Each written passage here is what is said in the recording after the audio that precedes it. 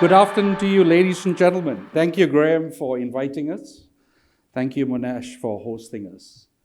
It's indeed a pleasure to be here, ladies and gentlemen. I have 20 minutes of your time. Thank you very much for according me that opportunity. So what we have here is a lot of disruption taking place. What we have here over the last couple of hours, we've heard a lot of stuff taking out from academia. We've just heard from Prof about what's playing out in fintech. What is interesting is the area around change and disruption. And we've heard earlier, one of the commentators talked about how we're now moving down this continuum, ladies and gentlemen. Now, the problem that we have is how do we adapt to this particular continuum that we are in? When we talk about change, it's very much gradual. That's the way we see it, versus disruptive. This last 2 years, and it was highly pointed out by Prof. Beverly, there has been a disruption over the last 2 years. There has been a disruption in the way we think. There's been a disruption in the way we behave with each other, and subsequently how we operate as a company, how we operate as an entity. Today, my focus will be from an organizational perspective. I'm not an academic. I would like to think that I am, but I'm not. I do a lot of research, but from a practical perspective. So I will give deference to the academic individuals around the table as we move forward. Yeah. Essentially, when we talk about the nature of work, and that's what I focus on, the nature of work has been gradually changing. I like what was raised earlier this morning. We have had time to change over the last 30 to 40 years. We have had time to relook and reframe the way we behave.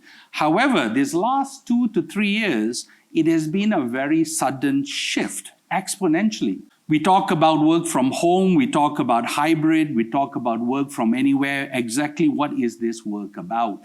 And not too long ago, I had the distinct opportunity to be at a panel about 2 weeks ago, where we talked about the hybrid work model. And the question is hybrid working? And there were contrarian views there, and my view is actually it becomes a little bit difficult if we're expecting to talk about and share knowledge and wisdom over a screen. How are we going to do that? So that whole pantry discussion, sitting down and coming up with your flip charts, presenting a point of view is still absolutely critical when we talk about tacit knowledge movement, which we will not get, whatever that is said and done, over a screen.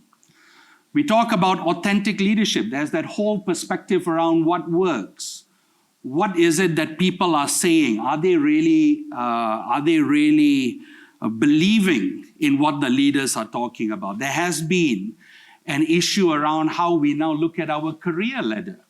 Is there a perspective around this particular pathway that we are looking at, or am I hodgepodging all over the place? What's the opportunity there?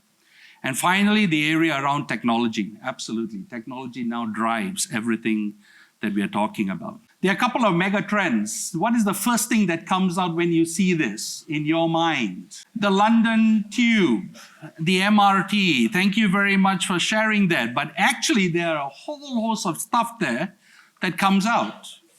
And we talk about things that impact. Now, the slides will be given to you. And we talk about things that impact us. And a couple of things that really comes to my mind are the area around this area of simplicity. Insofar as we have an overbearing information overload, there's also a level of simplicity that comes in. We take what we want and we ignore everything else.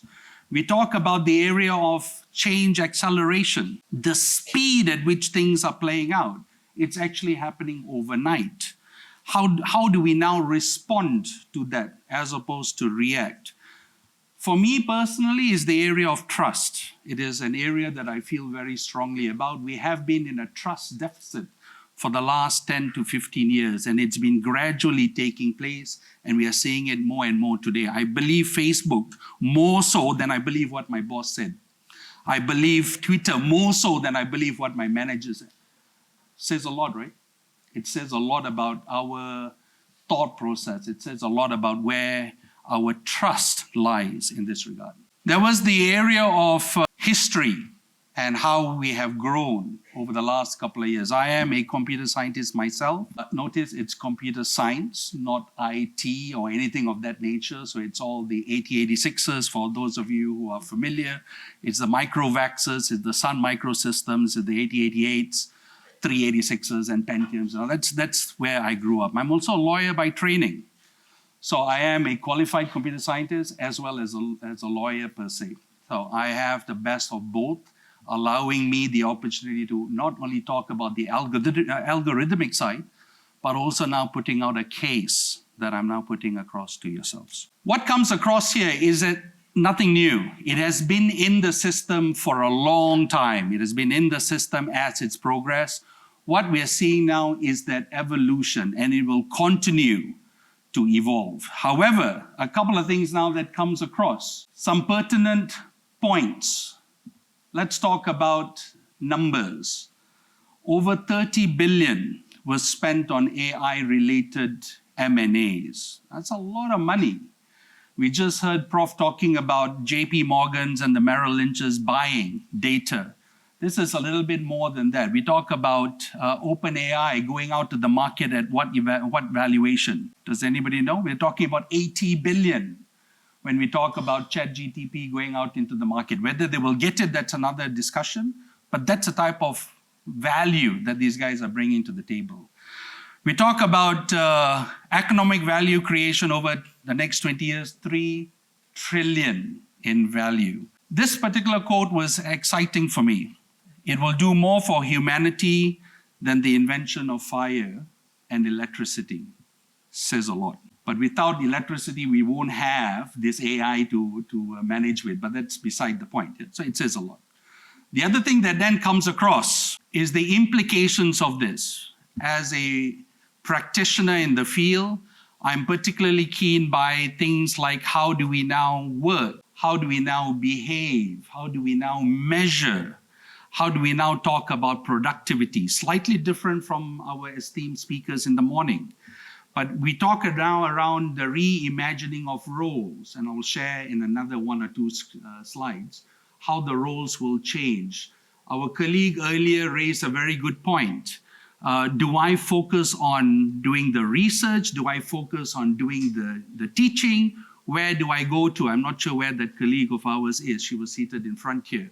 And my going in, there you go. And my going in is, well, actually, we're talking about relevance. And let that sink in for a bit. What relevance do we bring to the table? And if I don't have relevance, ladies and gentlemen, I don't have a place at the table.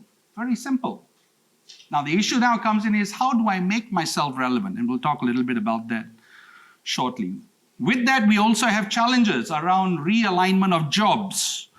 We have challenges around new jobs being created, but more critically about the exit of people. It will happen. It's already happening. It will continue to happen. So with this in mind, my focus here would be around what skills. Earlier, we talked about what content. We talked about the area that we should be looking at as a university when we develop content for our students. My response is, well, I'm assuming as a practitioner, the students are coming into the system. I'm not here to go out there to teach them anything new. What I am here to do is to talk about their skills. What type of skills do we now need to have in play to ensure that we are maximizing the returns that you are providing to us as university institutions and institutions of higher learning. A couple of you talked about the World Economic Forum. And there are a couple of things here that play out. And for me, these skills are particularly crucial. We talk about the ability to participate.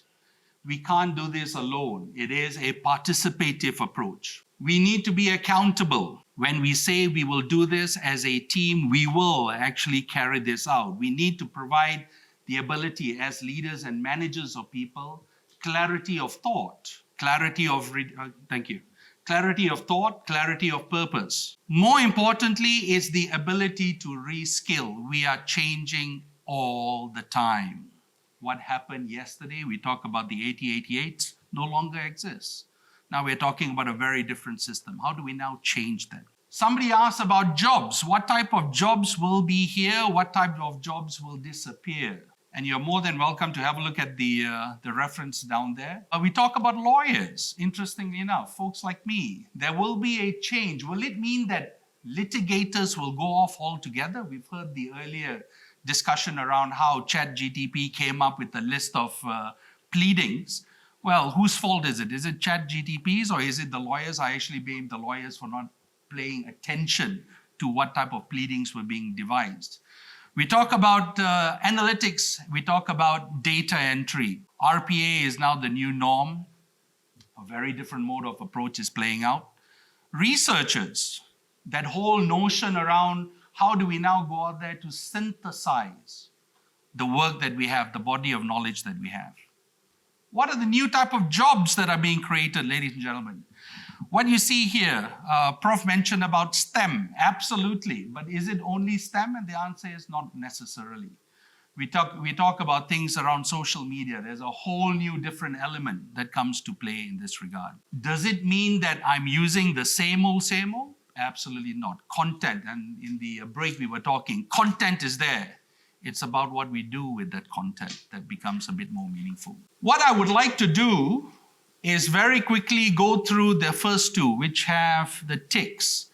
You will realize that when we look at 2015, we look at 2020, the focus was very much on more operational related, the today and now. It's about getting things done. We now talk about 2025 and 2030, you will see a shift playing out. It's now a little bit more analytical. It's a little bit more future-centric. It's a little bit more strategic in nature. We talk about critical thinking. We talk about things which is aligning what we are now doing with technology.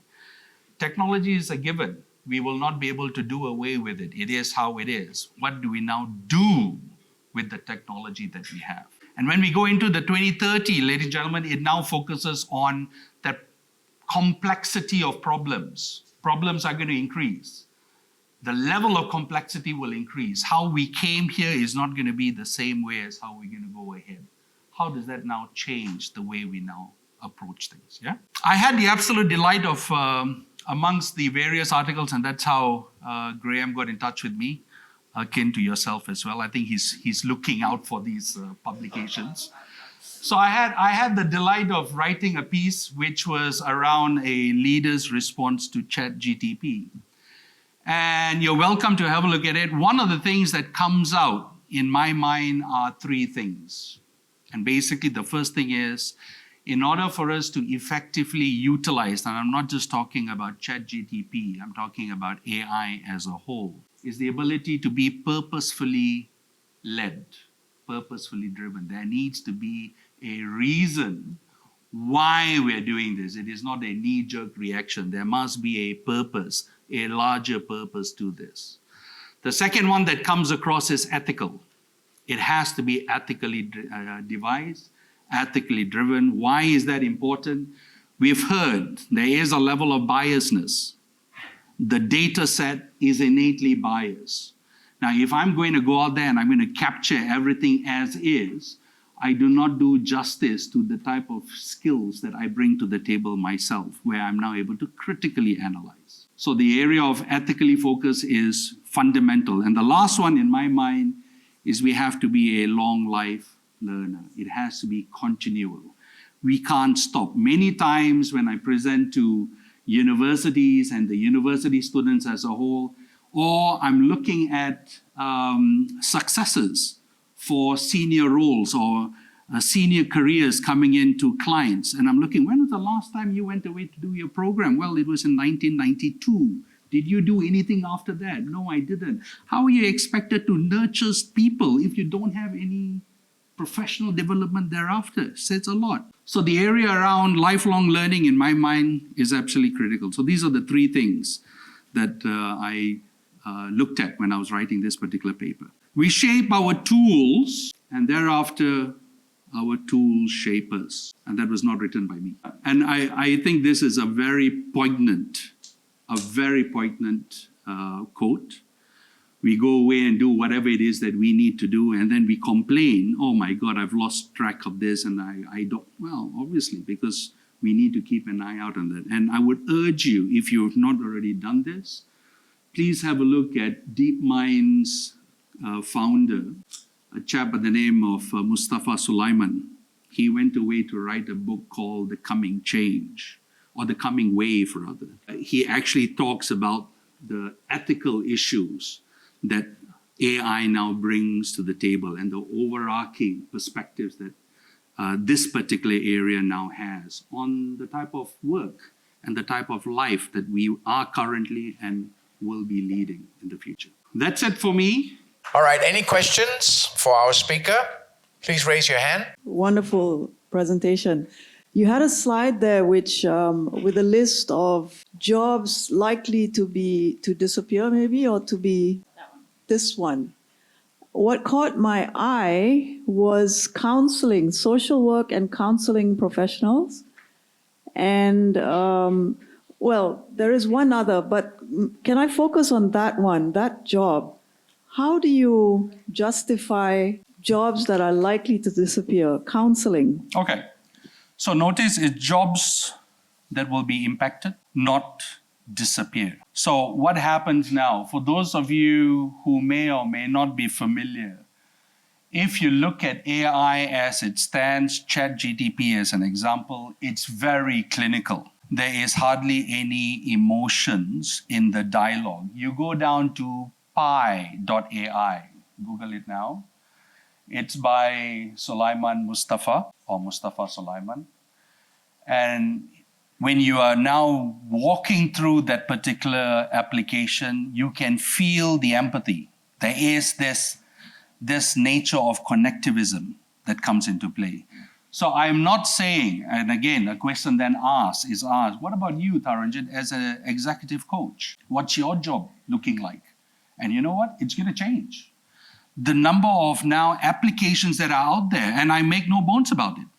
So the issue now comes in, how do we now shift and reframe and reskill, knowing full well that this is now a democratized approach? Everybody has access to everything, anytime, whatever, at very little cost, no matter how much we would like to charge, but that's the reality of the world. So to your point, ma'am, my going in is there will be an impact.